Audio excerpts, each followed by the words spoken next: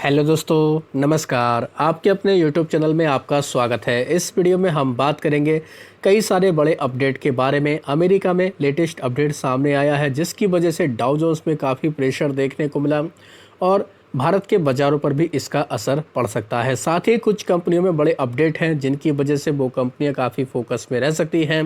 Video शुरू करने से पहले कहना चाहूँगा, अगर किसी ने चैनल पर फर्स्ट टाइम विजिट किया है तो चैनल को सब्सक्राइब कर लें और बेल आइकन को ज़रूर दबा लें। साथ ही हमारे दूसरे चैनल बिजनेस वर्ग, आप इसको सब्सक्राइब कर सकते हैं, बेल आइकन को हिट करके रख सकते हैं। एक काफ़ी इंपॉर्टेंट वीडियो था दोस्तों जिसका काफ़ी लोग इंतज़ार कर रहे थे। कंपनियों के सर्किट बदलने से रिलेटेड इसको लेकर डिटेल वीडियो बनाया जा चुका है, तो आप चाहें इसको डिटेल में जाकर स्टडी कर सकते हैं।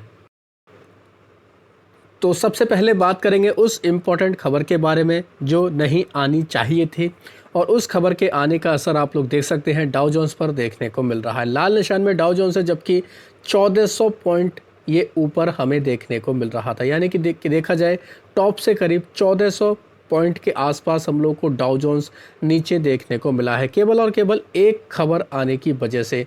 तो इसका असर तो दोस्तों आपको पता ही है, दुनिया भर के बाज़ारों पर देखने को मिलेगा।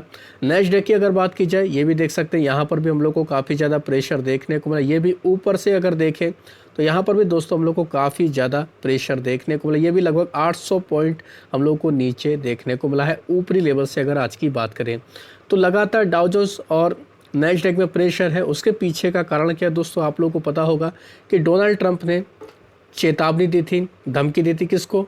चाइना को। कहा था कि 34% का जो इन्होंने टैरिफ लगाया था यूएस के प्रोडक्ट के ऊपर चाइना ने, इन्होंने कहा था कि एक दिन का वक्त दिया जाता है और इस टैरिफ को हटा लो, नहीं तो और ज़्यादा कार्रवाई की जाएगी। तो फाइनली अमेरिका की तरफ से डोनाल्ड ट्रंप की तरफ से न्यूज़ देखने को मिली है। डोनाल्ड ट्रंप ने दोस्तों क्या किया है, चाइना के ऊपर टैरिफ लगा दिया। कितना? 104% का टैरिफ लगा दिया है, और ये इफ़ेक्टिव दोस्तों हम लोग को तत्काल देखने को मिल रहा है। ये वेडनेसडे से ही हम लोग को इफेक्टिव देखने को मिल रहा है।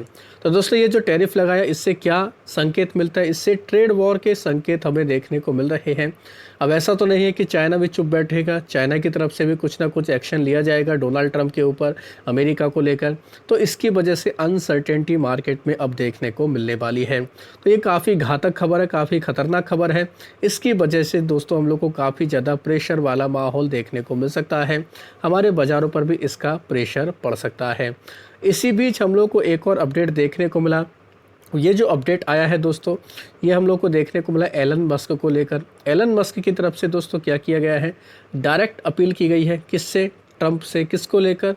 कि ये जो न्यू टैरिफ की चीज़ें जो देखने को मिली है, इनको वापस लेने से रिलेटेड।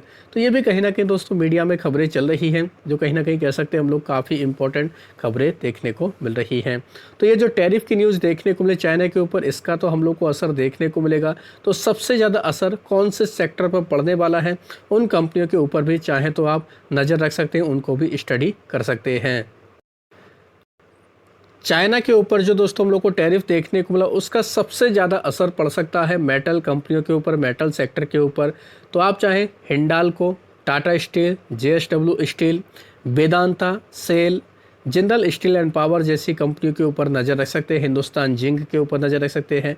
अडानी एंटरप्राइज के ऊपर भी नज़र रख सकते हैं। हिंदुस्तान कॉपर, इन सभी कंपनियों के ऊपर नज़र रख सकते हैं। इनके लिए कहीं ना कहीं कह सकते हैं काफ़ी इम्पोर्टेंट खबर देखने को मिल रही है। कुछ कंपनियां हैं जिनमें खबरें हैं और खबरों का असर हमें उनके ऊपर देखने को मिल जाएगा। तो उनके ऊपर भी चाहे तो आप नज़र रख सकते हैं, उन कंपनियों को भी डिटेल में स्टडी कर सकते हैं। सबसे ज़्यादा इम्पोर्टेंट पॉइंट रहने वाला कि क्या ये जो हमें खबर देखने को मिली है चाइना को लेकर, क्या इसका असर हमारे बाज़ारों पर पड़ेगा? तो दोस्तों सिचुएशन तो यही बन रही है, क्योंकि गिफ्ट निफ्टी जो हमें हरे निशान में देखने को मिल रहा था वो लाल निशान में हो चुका है। लेकिन सुबह तक आपको पता ही है, कोई भी खबर आ जाती है तो उसका रिएक्शन अलग से ही देखने को मिल जाता है। लेकिन कंपनियों की अगर बात की जाए तो सबसे ज़्यादा फोकस में रहेगी एनबीसीसी इंडिया। एनबीसीसी इंडिया क्यों फोकस में रहेगी? क्योंकि दोस्तों इस कंपनी को कई सारे ऑर्डर मिले हैं, कई क्लाइंट की तरफ से लगभग 211 करोड़ रुपए तक के ऑर्डर मिले हैं, जिस वजह से ये कंपनी काफ़ी फोकस में रह सकती है। चाहे तो आप इसको स्टडी कर सकते हैं। इनके अलावा बात करेंगे साइंट की।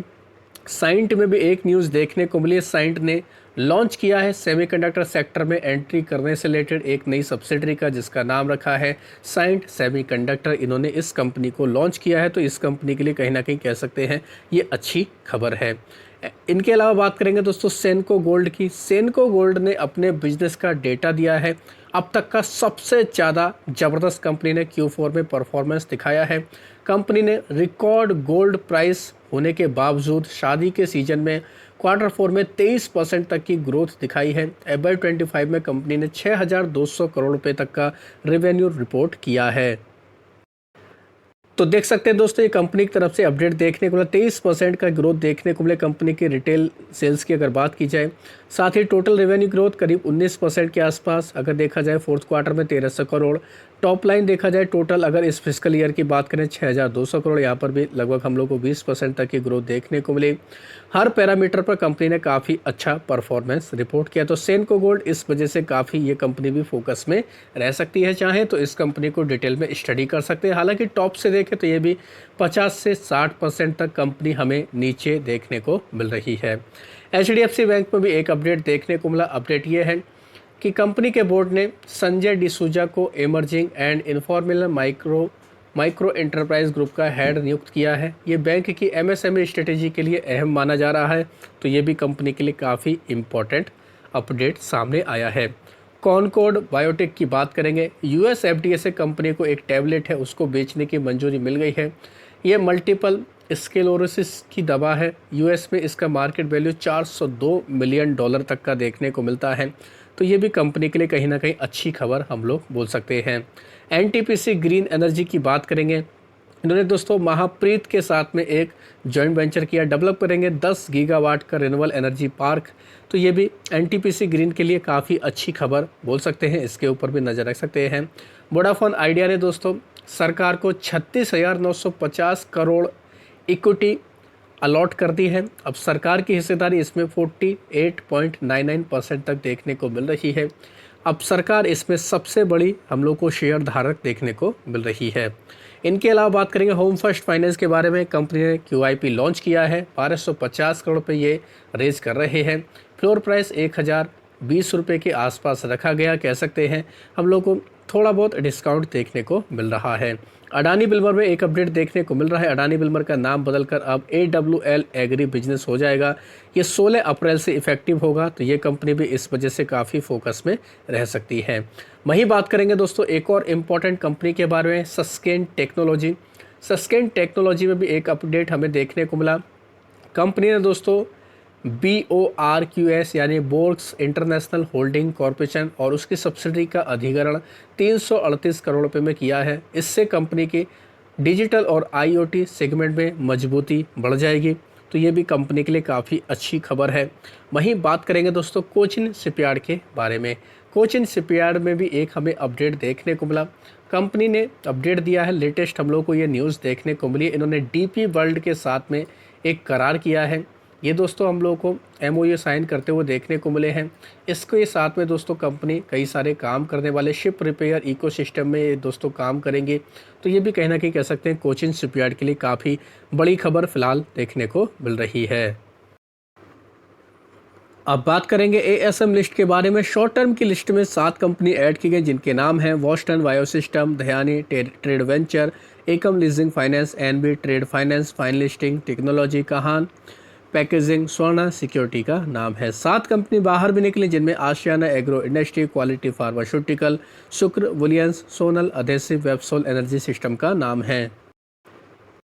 इनके अलावा लॉन्ग टर्म की लिस्ट में 9 कंपनी ऐड की गई, जिनमें खास तौर पर Apar industry, Ashiana agro industry, city port financial service, Cura technology, Everest organic, रोनी household, Spandana Sphoorty financial, Starcom information technology, टेसल केमिकल हाइड्रो का नाम है। इनके अलावा कई सारी कंपनियों के प्राइस बैंड बदले गए। 18 कंपनियां हैं, तो उनके ऊपर भी चाहें तो नज़र रख सकते हैं। जैसे global long life hospital and research का प्राइस बैंड 10% तक किया गया है। कीनोट फाइनेंशियल सर्विस का 10%, कल्याण कैपिटल का 5%। इनके अलावा बाकी कंपनियों के प्राइस बैंड 5% और 2% ही देखने को मिल रहे हैं। 2 और कंपनियां जैसे टेसल केमिकल हाइड्रो पावर, इसका 10% और वालियंत ऑर्गेनिक का 10% प्राइस बैंड किया गया है। तो इन खबरों की वजह से ये कंपनियां काफ़ी फोकस में रह सकती हैं। आप भी चाहें इनको डिटेल में जाकर स्टडी कर सकते हैं। तो आशा करता हूं दोस्तों आपको ये वीडियो अच्छा लगा होगा। वीडियो अगर पसंद आया तो चैनल को सब्सक्राइब कर लें, बेल आइकन को दबा लें, ज़्यादा से ज़्यादा लोगों में शेयर करें। धन्यवाद दोस्तों, बाय बाय।